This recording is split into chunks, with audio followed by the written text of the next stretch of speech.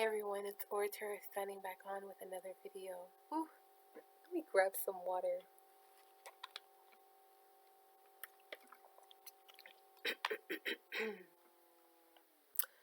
So, ever since I had gotten over that seasonal cold back in November around Thanksgiving, I've been dealing with residual phlegm. And I'm going to have to figure out what tincture I can create to get rid of this or to manage this, because it's messing with my vocal cords. Outside of that, though, I want to talk a little bit about men from the perspective of a woman who is everything. I'm not perfect, but I know I check every box, and I cross every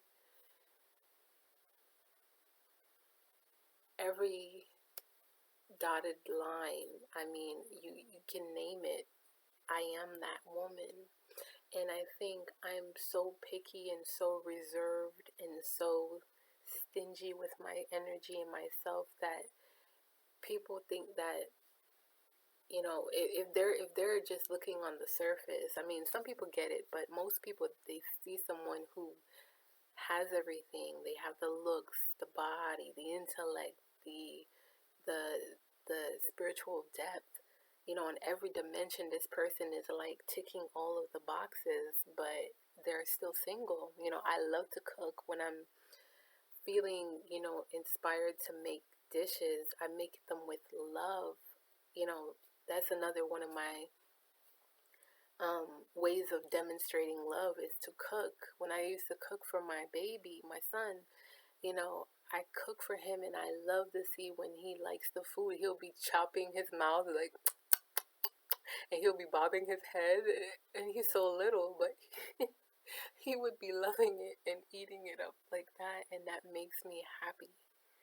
And the same goes for like my you know, my man. Like when I cook for him, my husband, if I cook for him and he's enjoying, like, babe, this really tastes so good, oh my god, like, I mean, that makes me feel wonderful. Like, I'm glad you love it. And I make sure it's nutritious. I'm sorry, but just, you know, all of those things just makes me feel really good and fulfilled. Like I'm doing, you know, my role, and I'm doing it well. I just kind of blushed for a second there, because like, those are things that I do miss. I long for that in a relationship. And so it's not like I'm just tuned off and kind of severed off from wanting romance and love and all of that. That's not true. I just know that my peace is so expensive that not many can afford to sustain it. It's like a subscription. And just like what I want to give, I know what I want to give, and for what I am worth. You get me? Like, spending so much time developing myself, learning and evolving and weeding out all the impurities in my own self, and still working on those things as well. You know, it's a lifelong process, to be honest with you. I will never try to knowingly, I would be doing myself a disservice to shortchange myself in any capacity where I just give myself away for barley and bread, you know, like cheap shit. You know, this is expensive oil, refined, cold pressed. I done been through some things that have pressurized me and pulverized the old version of me. And so from that, I've extracted the pure parts of me, if you follow what I'm saying. And I'm literally preserving that on the shelf. On the shelf. Not where anybody can come and taste test and put their little fingers in and open it and smell it and close it back up and put it back on. Hell no. Hell no. We won't go. Hell. No, baby. I'm on the shelf. I like to call it the deer rack. The expensive rack. The one where you cannot reach unless you can afford to buy it. Deer rack. Yeah. Deer rack. I'm on the deer rack. Deer, if y'all from yard, you know deer mean expensive. If you're from New York or you're on Jamaica, Queens, Brooklyn, you know, all in place there, you know about deer. Deer is expensive. It's deer. So, I'm on the deer rack, guys. Oh my god. I'm laughing because it's hilarious that, you know, I used to be on the sample rack where I allow people to come and sample me, and we could play pretend like we're in a relationship and all that other good stuff, and you know things will burn out, and it's like I'm hankering on to just what could have been, instead of recognizing exactly what's for me is for me, and understanding that the more that I invest into myself and the more that I build myself up is the more that is going to be required of someone to be able to sustain me. And you know when I embraced soft life, it's a movement of just being. It's not even a soft life comes with luxuries and Prada and whatever, the Chanel's and the Louis Vuittons. It's not about that. It's not about taking trips to Paris, Montreal. It's not about that. It's not about the quote unquote finer things per se, but it's the finer things, if you know what I mean, like the fine print. And the fine print is the contents of who I am. That's what that process is about. When I talk about the soft life, I'm refining. When you refine something, when you refine diamonds and gold and all these precious things, you make it smooth in the last stage. In the rough stages, you're taking off the rough edges, and when you're refining, you finally get to that shiny stage. You're just buffing with a soft buffer just to get that glow, that shine, that gloss, right? You went through all the process of removing all the impurities and removing all of the harsh edges, and you go with the rough stuff, right? I went through that process. I did the work. I did that, right? And then I'm going back in, and I'm going back in over and over again. It's a process, right? Until I get my desired shape, my desired structure. And that's up to me. That's up to me and God to decide. God said you deserve more, and so He put me on a path to go through those refinery, processes, and coming out on the other side of that sane, whole, and more grateful, more loving, more generous. A win's a win. A win is a win. A win is a win. A win is a win. You gotta come with more for me than that. You gotta come with more than just interest. See, you gotta come with that investment.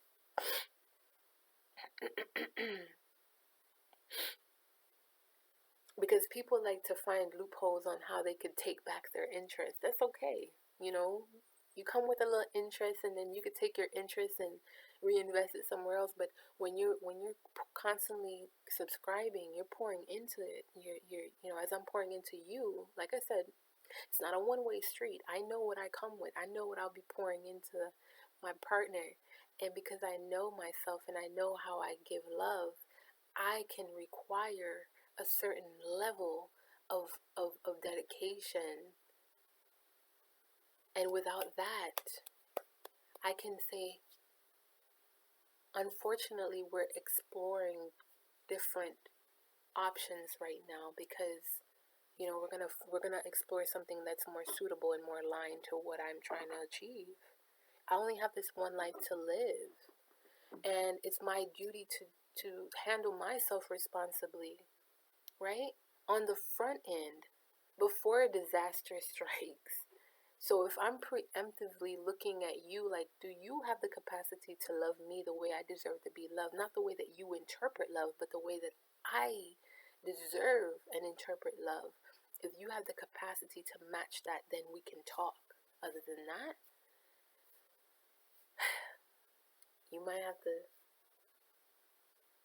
spend some time doing some more self-discovery, some healing and evolving, and we can reconvene at a later time. But I'm looking at it from my own perspective, because at the end of the day, I'm responsible for who? For me. You're responsible for who? You. So no more giving out free samples and free passes because someone is interested. Not just because someone, is like, well, I can do this. I mean, you don't feel like that's good enough? If I don't feel like it's good enough, then it might not be good enough. For me, though, it might be good enough for someone else, but no more of me giving myself out because someone felt hurt by me, rejecting their offer. Because they felt like what they wanted to give me was supposed to be enough. And when I really do check, because I see what you got in your storehouse. Is like, what is all that being stored up for? Who is that for? That means you're not all the way committed. See, a lot of people come into this thinking that they could just come with interest, and that should suffice. That should be good. That should be it.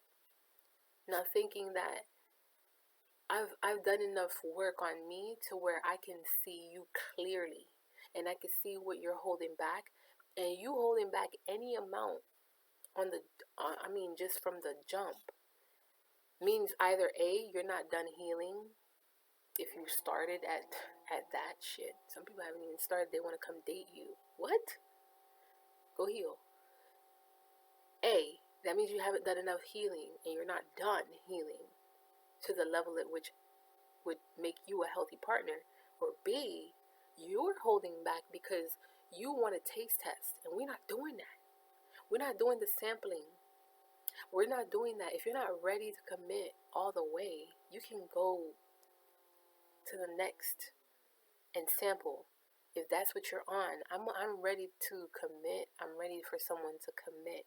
And commitment looks a lot like, I ain't holding back jack. This is what I got for you. Everything. Now, I'm going to stamp your initials on everything that goes back here, and we're going to date, and we're going to go through the process, and we're going to be able to slowly exchange, and but all this shit that's back here does belong to you. That's yours, because I already know what I want. I see what I want, and I came to get what I'm looking for, which is you. Now, if you're talking like that, oh baby, let's pull up the chairs. Let's pour up the bottles of prosecco. Let's we can have a little talk. But other than that, what are we doing? What are we doing? We're not doing anything besides just wasting time. Because eventually, how does it go usually, right? You get to know someone, and then before, maybe like an argument comes up and one misunderstanding comes up, then everything breaks off and there's no commitment. A commitment means that if a misunderstanding comes up, it's expected that we're able to work through that. That's commitment. A lot of people say, yeah, I'm ready to. What is commitment to you? Because commitment to me looks like, okay, all this shit back here is for you. It got your initials stamped all over it. All these gold bricks that I got here, those have your initials stamped on it, right? Everything in the vault is yours, babes. All the treasures I've stored up are for you. That's commitment. That's saying this is already pre-approved. You know what I mean? But you're my person, we're going to get through anything. That's commitment in action. Commitment with the words sounds like, hey, yeah, I want to, someday marry you, whatever. That's words. Womp, womp, womp, womp, womp. That's words. Commitment will be tested through trials. Commitment will be tested through, misunderstandings. Commitment will be tested in action in real time.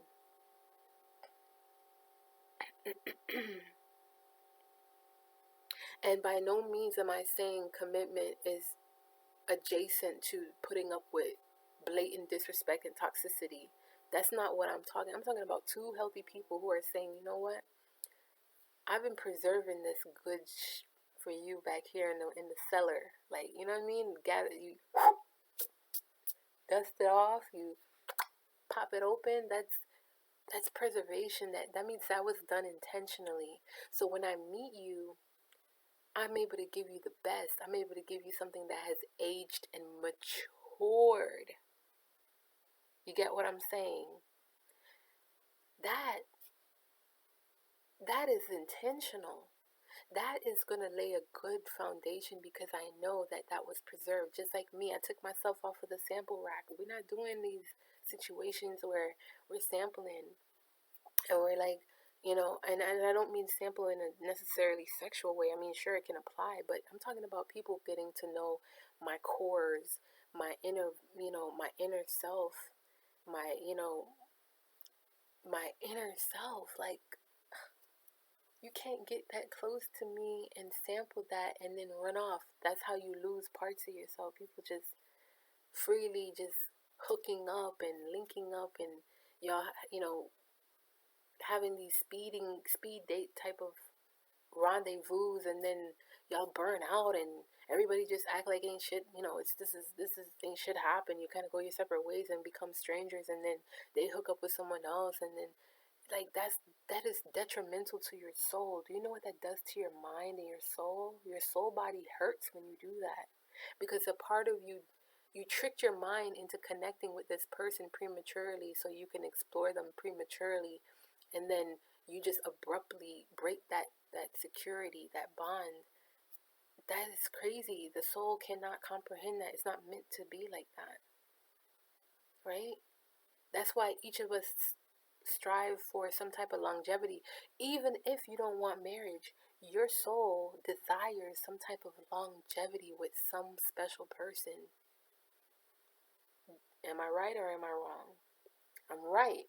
So you could be at a stage where you're not desiring that anymore because you realize that it's not possible based on whatever reasonings or experiences that you've incurred. But that's different. Deep down, if you didn't have those negative experiences, or if you didn't feel like, if you didn't feel like it was impossible to get that with the current dating climate, you would have want that, correct? So if that's true, then we've already established that longevity is something that your soul craves. Everybody wants somebody that they can sort of experience this life with on a long-term basis, even if you say you don't want marriage. It's just that bond. And so with that being said, it's like to say that you preserved yourself for that person who will give you that longevity means that you've understood self, you valued self. You start to check a lot of my boxes. You know what I mean? You value self, you understand self, you preserve self for me. Check, check, check. You know? Check, check, check. Okay? Like, oh, I love having fun with these. I love having fun with these because they're just, it's really simple when you break it down. And the way that I break it down is so that anybody can understand.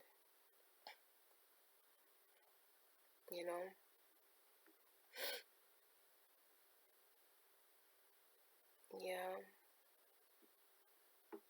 And so with that being said,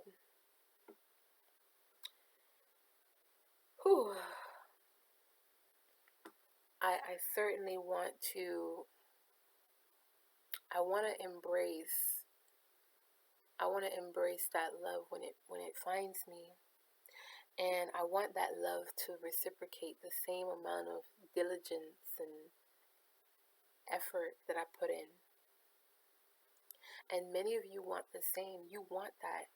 And this is why it's so imperative to start. If you haven't started your celibacy journey, start your I wouldn't even say celibacy. That's for people who haven't engaged in any sexual intercourse ever.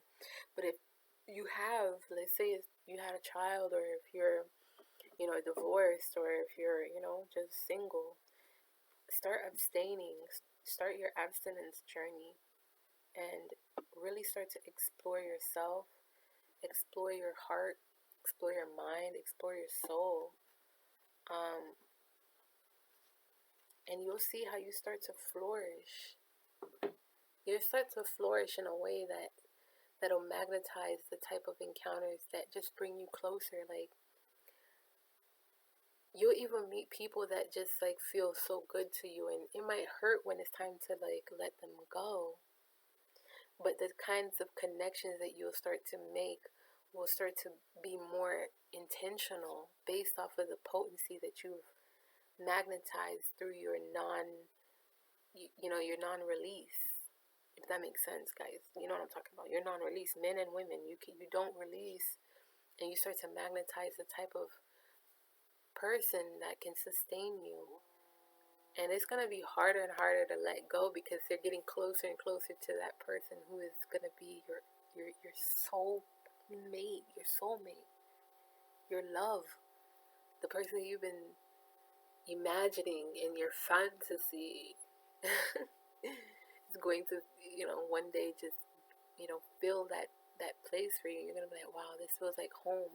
You might not even recognize when it all happened. It just might just slide in there. But because you had to get used to that, and you had to get used to surrendering in the process of meeting people that came real close, like, that's a part of it. That's a part of that evolution, that maturation. And it's not easy, because let me tell you, especially if you've been lonely a little bit through your journey of being, abstinent, and you meet someone and it's like you start to reconsider. You're like, oh God. Ooh, wait a minute, hold on. They start to pique your interest and you start to reconsider, but just in time you realize that person may not be it. And so, it's like, dang, but I wanted to give them, the good stuff. And God just said, nah. But I've better, but I've more for you. Just the way it's, like, it's like someone just keep giving you more, and it just keeps getting better and better. You just gotta know that that's what's happening in this process. Just gotta trust that. Oof, I don't know who that's for. Hell yeah, that got me up out of a depression, I wouldn't even say a depression, but a slight, sadness, like a melancholy kind of mind and mood. I had a dream that this person that I was really, really connected to, after we stopped talking for a little while, text me, and I saw the first part of the text that says mood, ... and it said something else. And I don't remember what the text said. In the dream, I was reading the text, so I was lucid dreaming. I remember reading the text and deciding how I should respond. But it was almost like they wanted to know what kind of mood I was in and how I felt about them at that time. And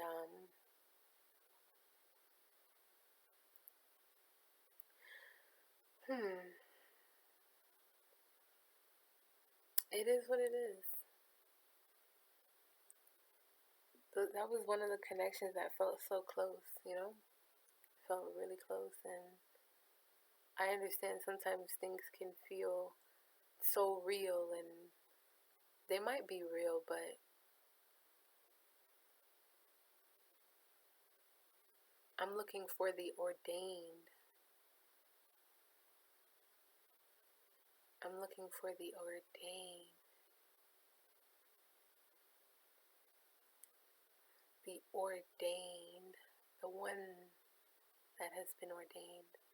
See, because if it's not ordained by God, then it's just a piece of temptation, like a lesson.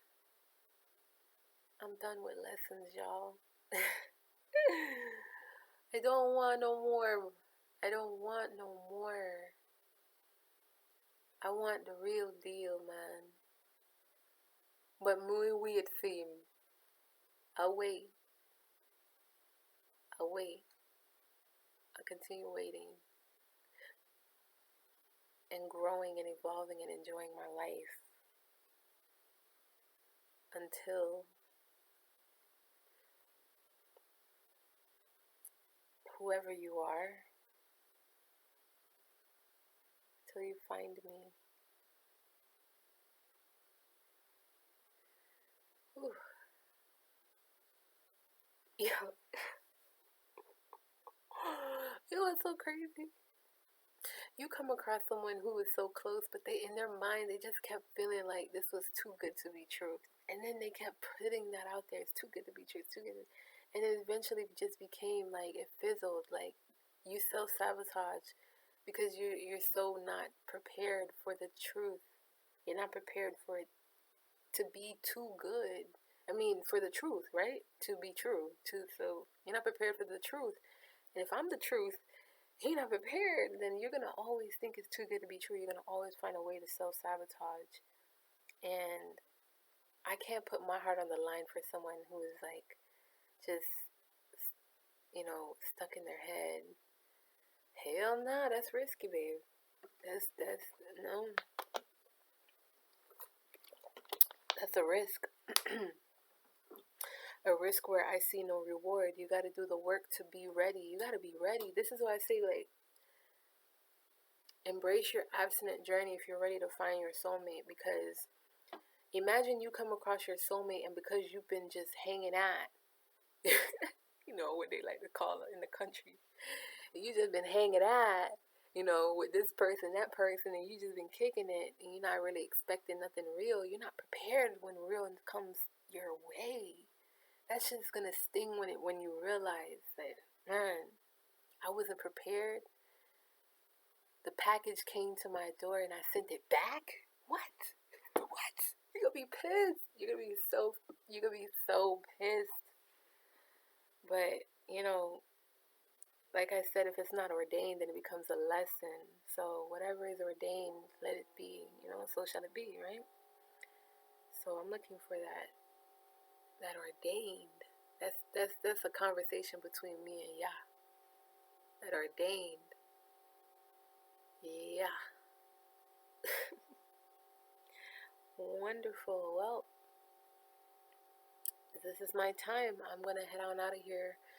Let me know what you think about this ordained one, if you've met your ordained one, or if you think that you're on the verge, if you can feel them coming closer to you, let me know. If you feel like, you met your lesson and you learned something, share with others in the comments below. Hit the like and the bell notification after you subscribe to get more videos and content like this. It's Orator signing out. Bye for now, guys. See you in another audio or video. Who knows?